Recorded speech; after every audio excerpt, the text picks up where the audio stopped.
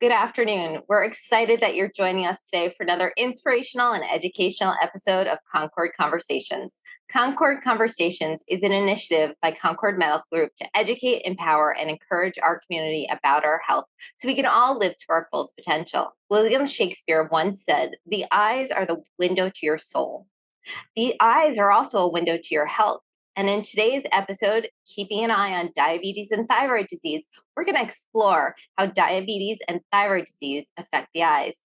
I'm Dr. Catherine Weinberg, Director of the Adult Congenital Heart Disease Program at Concorde Medical Group, part of Northwell Health.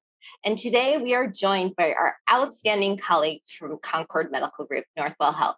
Both are board certified physicians. I would like to introduce you all to the amazing endocrinologist, Dr. Sophia Hu, and ophthalmologist specializing in cataract and corneal surgery, Dr. Susan Margolis. Our community has submitted fascinating questions, which we will answer today. If you have any additional questions, please ask them in the chat box. We only have 30 minutes together, so we're going to go through as many as we can. Remember, we are giving general guidance.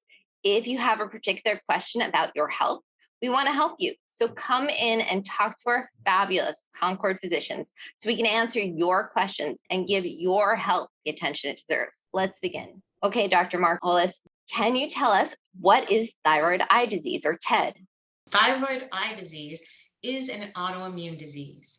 So this is when a person's own immune system begins to attack the healthy fat and muscles behind the eye. This can cause a lot of inflammation and swelling behind the eye.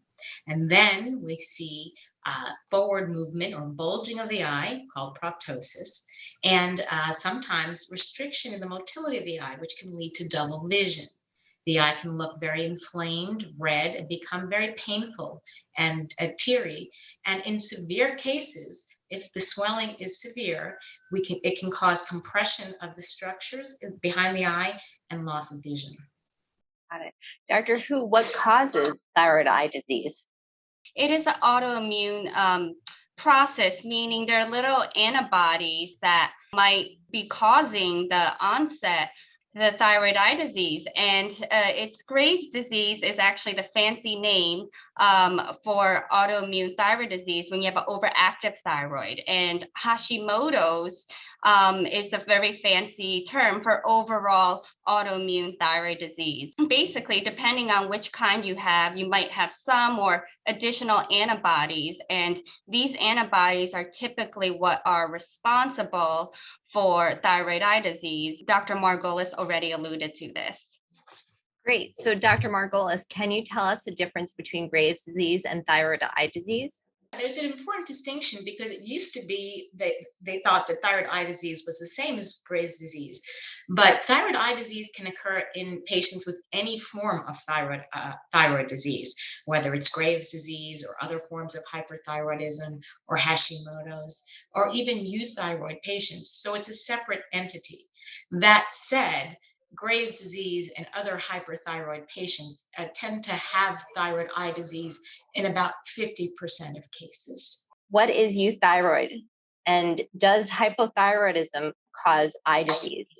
So euthyroidism, starting with EUTHY, means that that you might have thyroid disease, but or you have thyroid disease, whether overactive or underactive, but your thyroid hormones are actually imbalanced, and that usually can be demonstrated by your thyroid labs.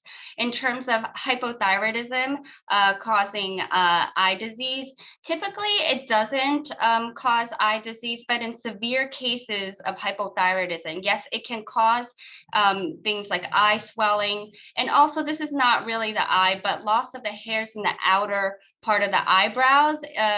It's close by. They call that the Queen Anne sign. So yeah, that's what hypothyroidism can do. So, Dr. Hu, do you refer everyone with thyroid disease to the eye doctor, or who do you refer? It really depends on if they have any complaints or their physical exam.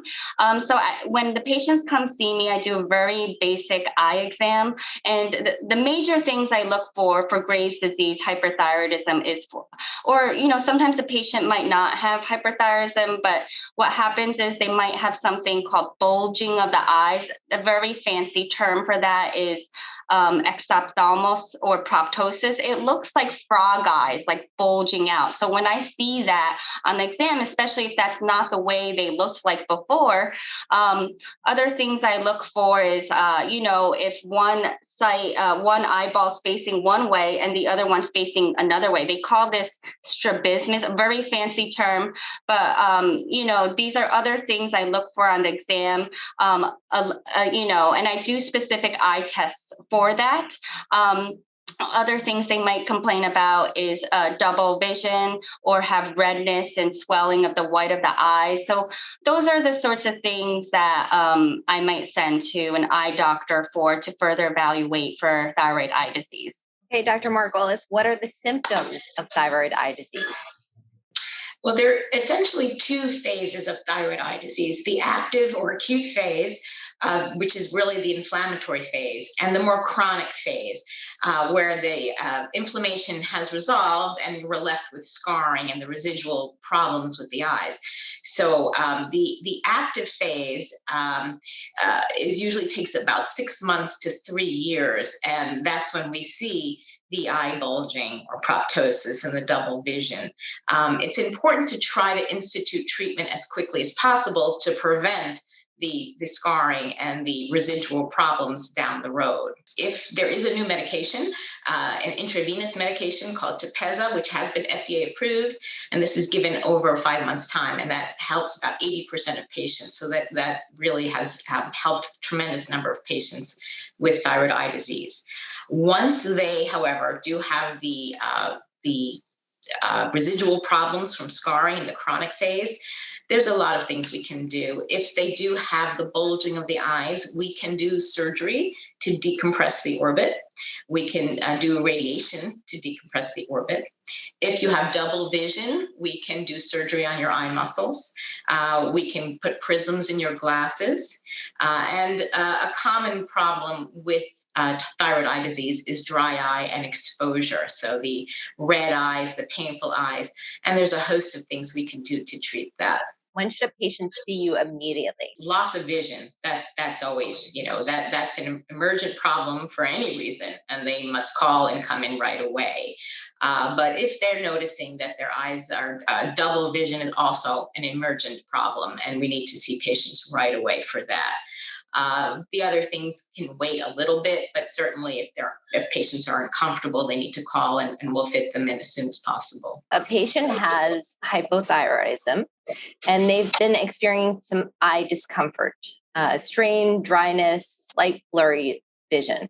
How do you know if it's something related to the thyroid or just a regular eye issue?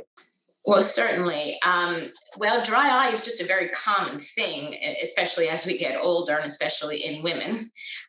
So do a full comprehensive eye exam and evaluate the level of dry eye and rule out any other thyroid eye disease, in the examination. And then we treat accordingly. But yes, dry eye can cause blurred vision. It's one of the most common things I see in my practice. Okay, Dr. Hu, can you tell us how you treat hyperthyroidism? So there's actually multiple ways of treating hyperthyroidism, whether it be medications by mouth, radioactive iodine, or actually surgery. So just to review all that real quickly, Graves' disease is a relapsing, remitting disease, meaning it comes and goes. You might get it one time and then it might go away, and then 10 years down the road it might come back. That's important to mention because medications can treat Graves' hyperthyroidism, but that only cures the disease perhaps 50% of the time. for those patients who may not want this to come back again in the future, there's the option of radioactive iodine. So what is that? It's a nuclear active pill. Sounds a lot scarier than it is, honestly, but it's just a small pill that you take with a radiologist that specializes in nuclear medicine. And it essentially it sounds dramatic, but it does kill off your thyroid cells. And the goal is to have a low thyroid after. And you would develop hypothyroidism or low thyroid afterward. And then we'll have to take hormone replacement therapy, most oftentimes called levothyroxine. But that is the goal, because the overactive thyroid is much harder to control than a low thyroid. And the complications you can get from an overactive thyroid, for example, like your heart could be racing, you might develop an abnormal rhythm from your thyroid, or you might develop bone disease like osteoporosis. You don't want to be in an uncontrolled hyperthyroid state. And, after a while, you got to think about your bones and your heart. So having definitive therapy with radioactive iodine is quite popular, especially even upfront. The other thing is surgery. Yes, you can get your thyroid removed, but that's kind of a last resort kind of thing if the other options aren't possible for you. Great. So Dr. Margolis, does treating hyperthyroidism treat thyroid eye disease? Unfortunately, no, it does not. So how do you treat it? So again, in the acute phase, it's the Tepezza, the IV treatment, which has been effective probably in 80% of the cases. And in the chronic phases, we have those surgical modalities. We can operate to decompress the orbit, and we can irradiate to decompress the orbit. We can operate on the muscles or put prisms in the eyeglasses, and we could also treat the dry eye or exposure with topical eye drops, including preservative-free tears, non-steroidal tears.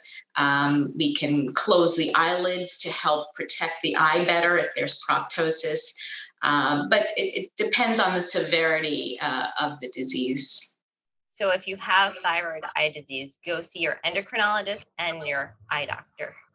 Yes, I think that's wise. Right. Yes. Okay, so let's move on to diabetes. Dr. Hu, what are the most common complications from diabetes? What happens is a lot of the blood sugars ends up accumulating in your blood vessels. And, that's what a hemoglobin A1C is, that number we always measure for your diabetes. It's a special type of blood cell, essentially, that attaches to lots of glucose or sugar molecules. When that starts to accumulate, it can affect your large vessels and small vessels in the body. The large vessels include, for example, like your heart, and your brain, so things like heart attack and stroke are a possibility of a complication, down the road. But there's also small vessels it can affect as well. And the small vessels include the vessels that go to your kidneys and also to your feet. Since we are talking about the eye, it can also affect the small vessels of the eyes. Dr. Margolis, how does diabetes affect the eyes? Oh, well, unfortunately, diabetes is still one of the leading causes of loss of vision in patients ages 20 to 75. But the good news is 90% of vision loss from diabetes can be prevented with good control of your blood sugars and following up with Dr. Hu. So it's very important. And of course, early detection is key for treatment. Early on, in fact, before even a patient may be diagnosed as a diabetic, they may present to my office with blurred vision. And I might examine them and see that there's a nearsighted shift to their eyeglass prescription. And the wrong thing to do would be to give them a new prescription. That's a red flag that their blood sugar may be elevated. So I will send them to Dr. Hu to have them evaluated for diabetes. What's happening is with an elevation of blood sugar, this is absorbed in the eye and particularly the lens, causing the lens to swell. And this can cause a shift in nearsightedness. Once Dr. Hu regulates the blood sugar and brings it down and stabilizes for 3 months, they will return to normal. In more chronic diabetic patients, they are prone to cataract formation, diabetic retinopathy, macular edema, slightly higher risk of glaucoma, and double vision. Got it.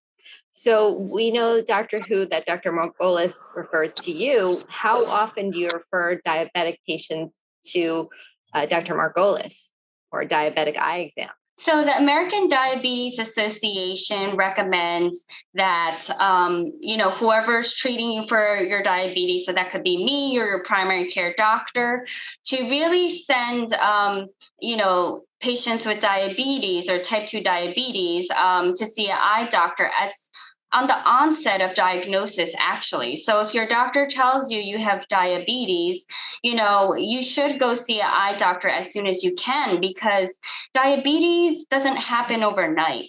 There's pre-diabetes and there's, people who are at risk, and this happens beyond 5 to 10 years. And I believe beyond 5 to 10 years, that's when eye disease also may potentially be starting to brewing. So by the time type 2 diabetes is diagnosed, you might already have some eye disease. So it's very important to see an eye doctor as soon as you're diagnosed with diabetes. After that, when are you supposed to follow up?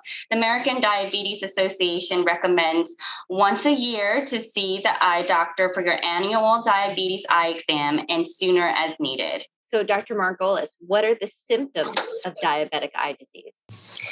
Well, blurred vision or double vision. Blurred vision can be from cataract formation.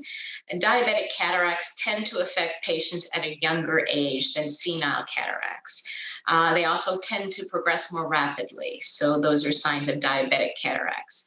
But of course, blurred vision can result from macular edema or diabetic retinopathy. Okay, so can you explain two things? What's macular edema and what's a senile cataract? Diabetics have difficulty, have damage to their retinal blood vessels, as Dr. Hu alluded to earlier. When these blood vessels leak, they can effuse fluid around the center of the retina where your macula is. And if that fluid accumulates, you can have loss of vision from macular edema. A senile cataract is just a standard cataract that people get as we age. Pretty much everyone over 60 has some form of cataract. It doesn't necessarily need surgery, but most of us will have some form of cataract. And you're an expert at surgery. Dr. Hu, what is a hemoglobin A1C? What's the goal? And if your sugar is well controlled, will it prevent eye problems and blindness in the future? The hemoglobin A1C, it's like a fancy blood cell with lots of glucose attached. Every 3 months, we measure it because that's how long it takes for these blood cells to turn over. It's really a reflection of your blood sugars for the past 3 months, not just today. So what is your A1C goal? I would say it really depends. It depends on your age and if you have any other coexisting conditions, for example, like heart disease or stroke. So if you're otherwise young and healthy individual, I would say we try to keep your A1C less than 6.5. If you're a little bit older, especially for those beyond 70, 80, I might keep your A1C at a higher target, maybe around 7 or maybe even up to 8. If you have especially a history of coronary artery disease or just heart disease, and also a history of stroke, because, there's also the balance of tight control and low blood sugars. And sometimes low blood sugars can be very dangerous. Having this tight control, will it prevent eye problems and eye blindness? So, I know Dr. Margolis is going to go into this a little bit more, but the answer is yes, it can definitely help prevent further eye problems and blindness. Okay, there's a question in the chat box, Dr. Hu. Should hemoglobin A1C testing be done fasting?